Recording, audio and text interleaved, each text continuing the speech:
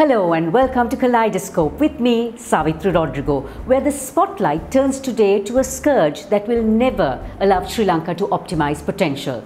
Ragging or hazing, as it is called in the US. And that's in Let's Talk.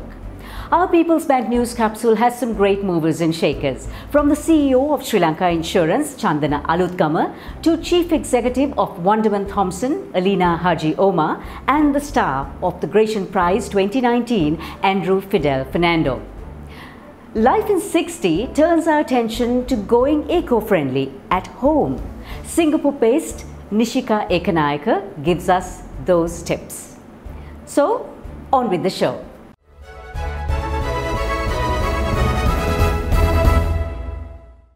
So here's our People's Bank News Capsule this week. Both the World Bank and Moodys brought bad tidings for Sri Lanka this week.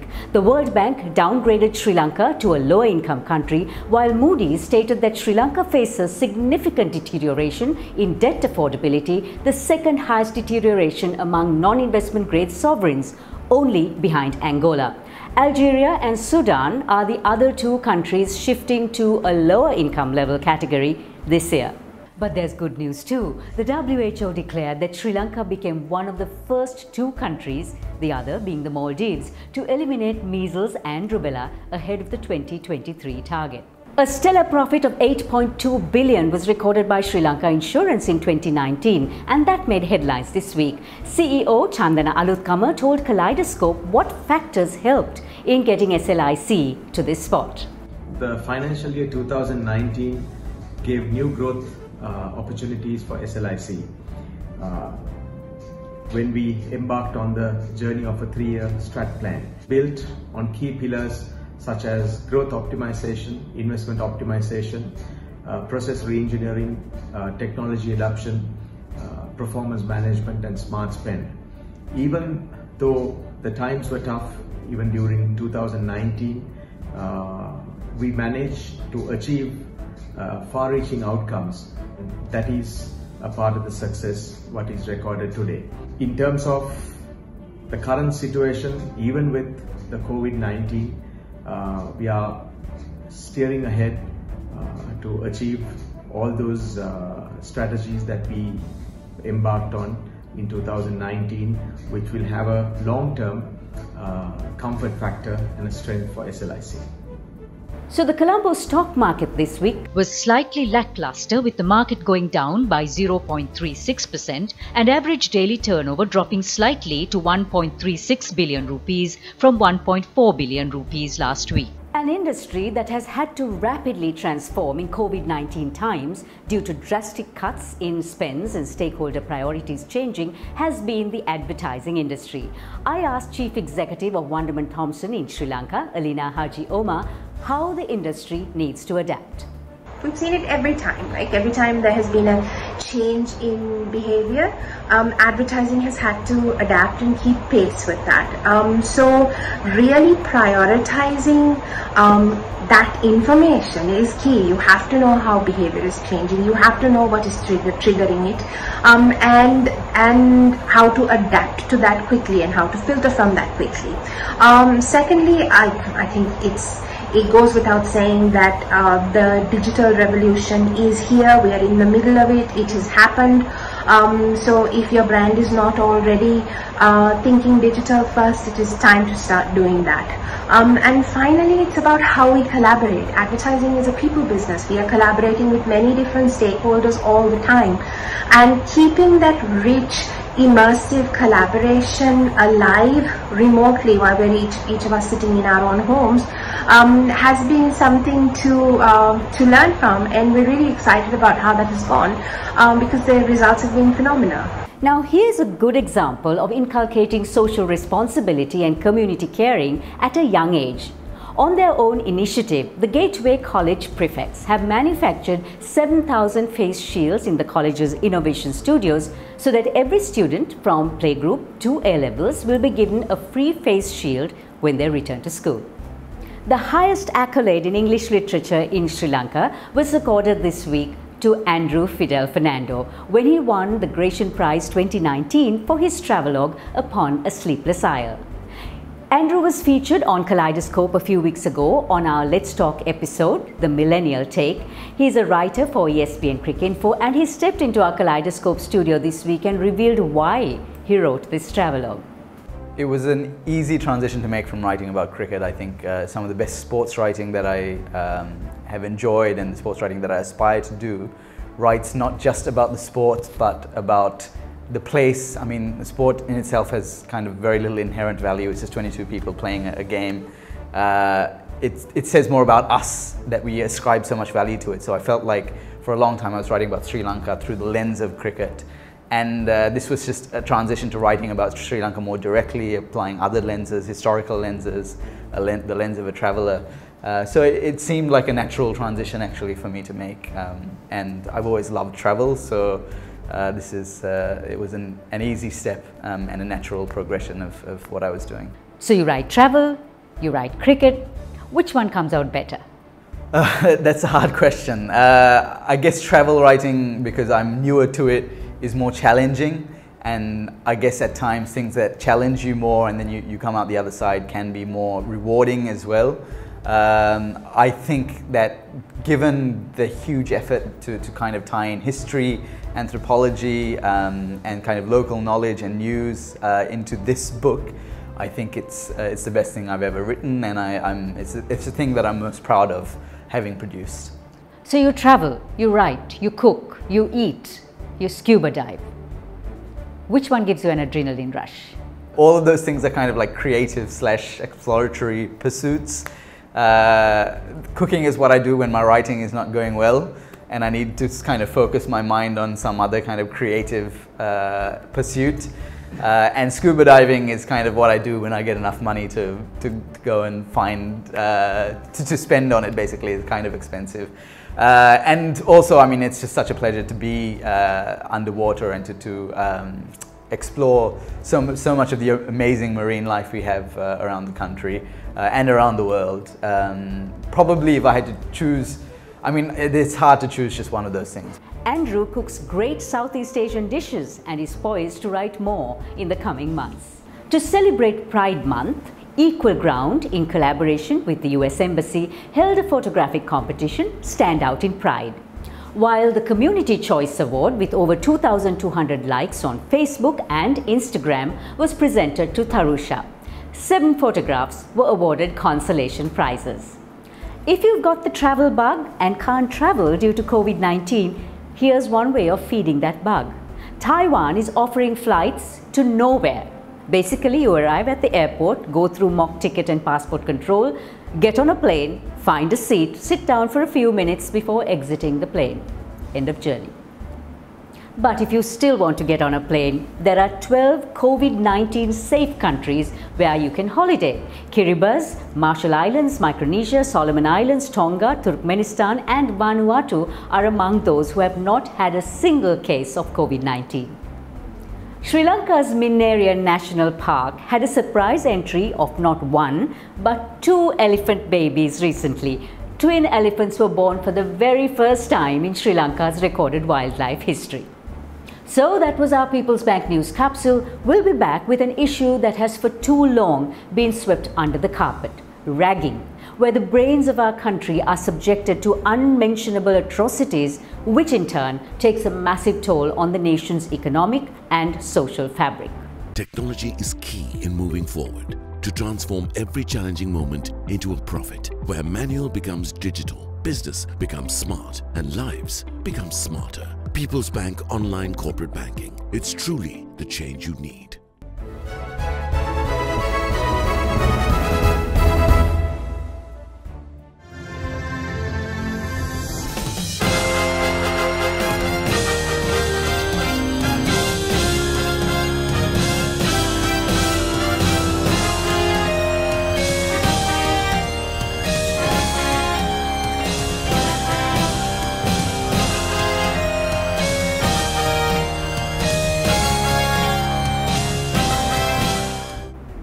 That was an excerpt from Rag the Musical, written, composed and directed by Jehan Aloysius, whose inspiration for it was gleaned from real-life experiences and stories of ragging in Sri Lankan universities.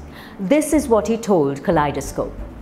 I actually wrote Rag the Musical when I first got my letter of entrance into the University of Kalambo. I remember it was a very scary time for me because there had been 2 ragging deaths that same year. So I actually hid the letter until my mother found it. Most of the musical actually wrote itself. Most of the instances that are portrayed on stage actually happened to myself and my batch. The play was also strangely prophetic in foretelling some of the most horrific instances or incidents that were to take place in other universities. And here are the real-life stories that continue the psychopathic torture with incensed intensity and horrifying regularity. We were continually assaulted physically and sexually, especially at night when the raggers storm our hostels. Our clothes are torn, we are shoved around and beaten black and blue with poles. They also practice psychological warfare. While attacking us physically and sexually, we are brainwashed that unless we go through ragging, we can't be real men and have girlfriends. Once they carried me to the washroom, stripped me and beat me to the point of unconsciousness, then threw me face down and inserted various objects into me. This ragging is done systematically under the leadership of the student union. I was kicked, hit and beaten with poles by a group of raggers wearing black bags on their heads.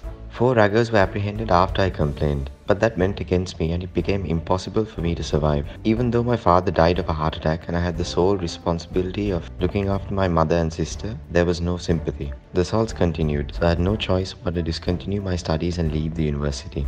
I was assaulted in increasing intensities. I did not want to belong to an anti-rag group, but I had a strong sense of justice, particularly towards others. After I got classed as anti-rag, I discovered that access to canteens, common rooms, and certain other areas of campus was restricted. Firstly, it created an absolute distaste to even visit the premises. Secondly, even though the practice is to offer university positions to the top 2 in a batch, it was not offered to me, signaling to me that the staff from the Vice-Chancellor and Dean downwards condoned rag. Though I expected it to be only during my first semester, the fiercest assault on me was 2 weeks before my final exam in the 4th year. Ragging is fully institutionalized in the university I attended, where the proctor, who is responsible for discipline, is fully complicit, and everyone down from the Vice-Chancellor, now the UGC Chairman, and Dean, now acting Vice-Chancellor, are responsible. I was physically and sexually assaulted. This happens in our hostels and mostly in the early dawn when we are in deep sleep. The ragging goes on for well beyond our first year. The psychological effects of the ragging continues to this day. The raggers made sure we couldn't follow the foundation IT and English courses. This happened for a whole year. We paid a huge price for that missed opportunity. 3 parties must take responsibility. The student union, which does the ragging, the vice-chancellors, deans and faculty who know exactly what is happening and give tacit support, and the government, which does absolutely nothing and therefore condones ragging.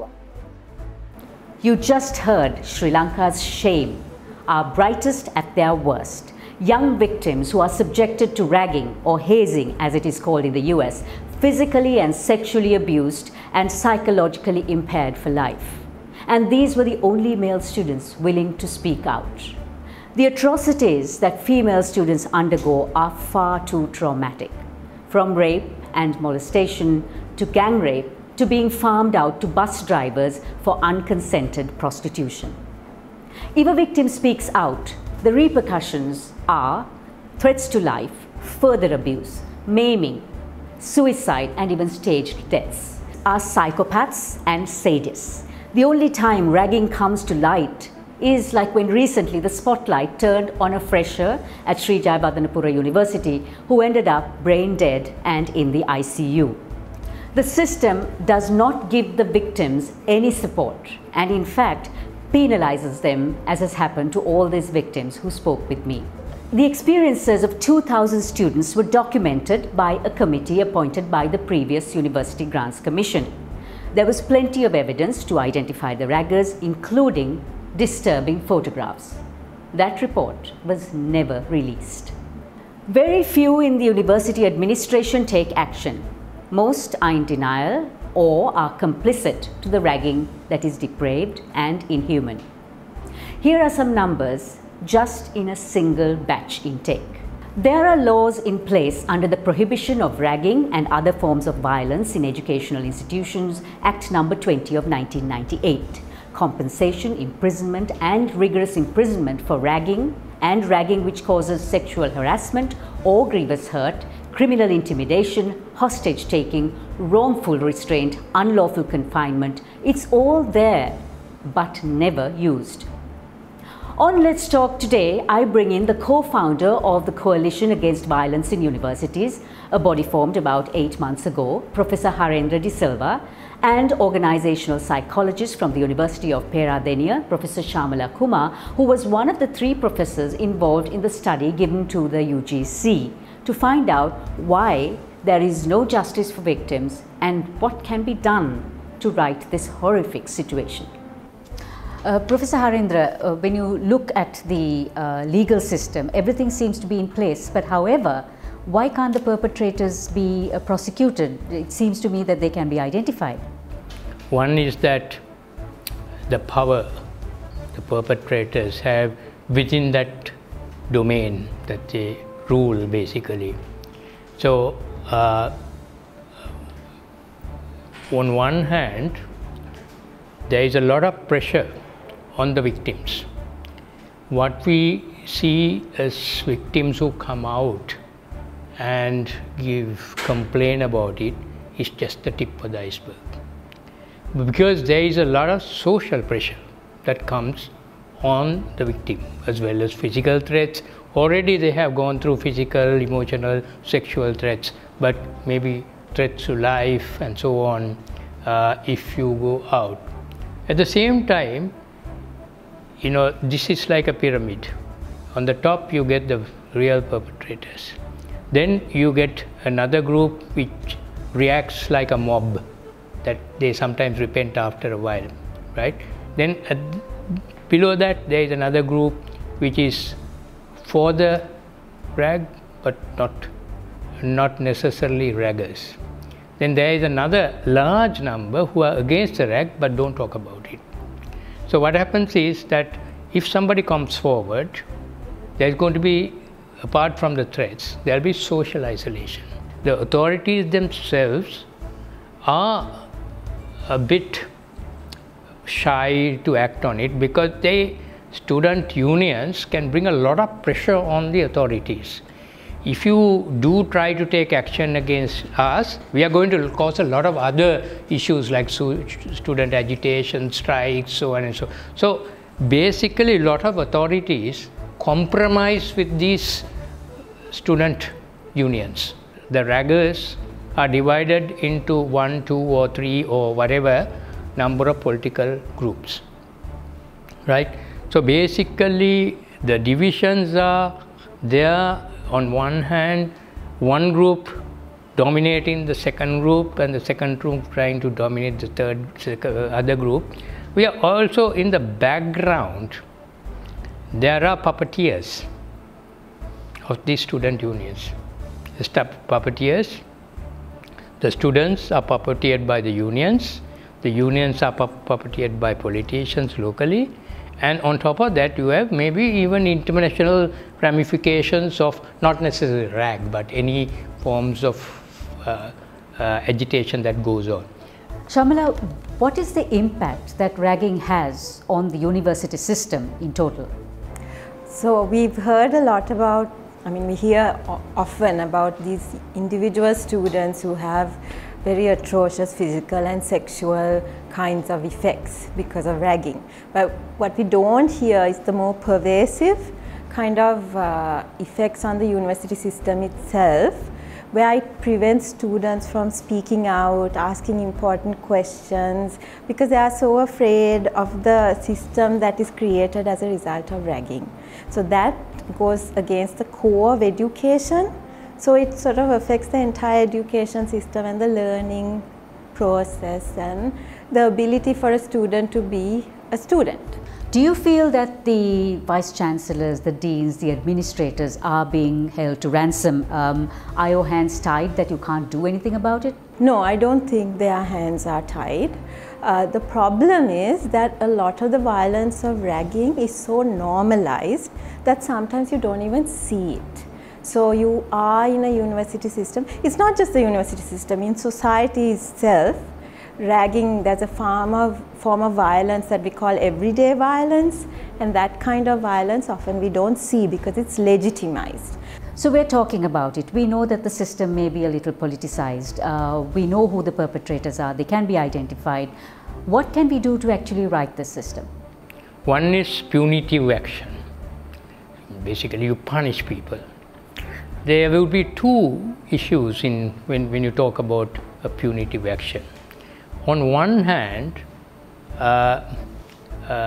punitive action will put fear into the senior students so that they won't do it, right? On the other hand, you have to realize that they are youth. So youth revolt. Whenever there is something, when a parent tells a youth, don't do that, he's going to do exactly the same thing. So witnesses have to be given support by the authorities, by the other students who are against the rag. So what we need to do is to empower students in a way so that the people who are against the rag, who think it is inhuman, to come forward. They are very passive, whom I call passive perpetrators. So we have to talk about it. That is number one, but I think it's very important to realize that we have to talk about it within the context of understanding that violence is also, we are in a society that's very violent, and unless we realize that connection, our solutions itself can be violent. So Professor De Silva suggests developing an app for students where a panic button would alert authorities if ragging is taking place. At least it's a start. Maybe someone or a company can take the initiative to develop the app. So, how can Sri Lanka achieve its full potential if our young people are not allowed to contribute? It is the taxpayer who pays for this free education, which is a misnomer in itself. It is we, the taxpayer, who suffers the economic consequences when we are robbed of the nation's brains due to physical and psychological abuse. By saying nothing, we are as complicit to this brutal torture as everyone else staying silent. It's time to act, Sri Lanka. Rule out ragging. Nishika Ekanayake from Singapore joins us in Life in 60 with some easy eco-friendly tips that you can use at home.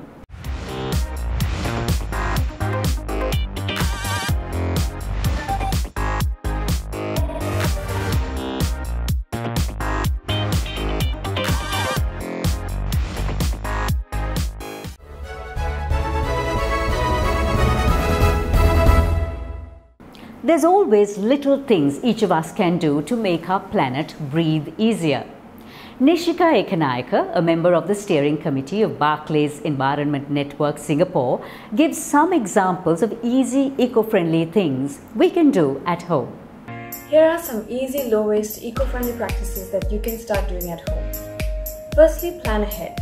Before you head out for your weekly grocery shop, make a meal plan and create a shopping list. This way, you can prepare your reusable grocery bags, produce bags and containers accordingly. Wherever possible, buy unpackaged.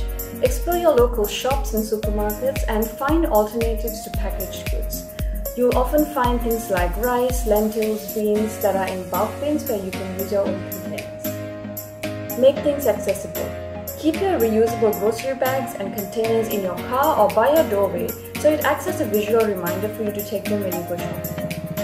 Another easy swap is to replace your synthetic sponges and plastic brushes used for home cleaning with biodegradable cleaning tools such as natural loofahs or wooden brushes with natural bristles. I hope you found these tips helpful. They may seem like small, insignificant actions, but I strongly believe that if we focus on what we can change, however small, collectively we can make a big difference. And Nishika also shared a DIY cleaning solution with citrus peels and vinegar and a dash of aromatic herbs that will give you super clean surfaces and help keep the planet green. Thank you, Nishika Ekanayaka, for joining us in Life in 60 today. And so that's it for this week. If you want to give us any feedback, any suggestions, or even stories you would like to see, please email us on kaleidoscopeweekly1@gmail.com. And if you like to watch Let's Talk, Life in 60, or our news capsule clips, you'll find it on our playlist on YouTube, or simply subscribe to Kaleidoscope with Savithri Rodrigo and join us weekly. So until next week, stay positive, stay healthy, and do enjoy your weekend. Now, here's your Kaleidoscope takeaway. The Earth is a fine place and worth fighting for.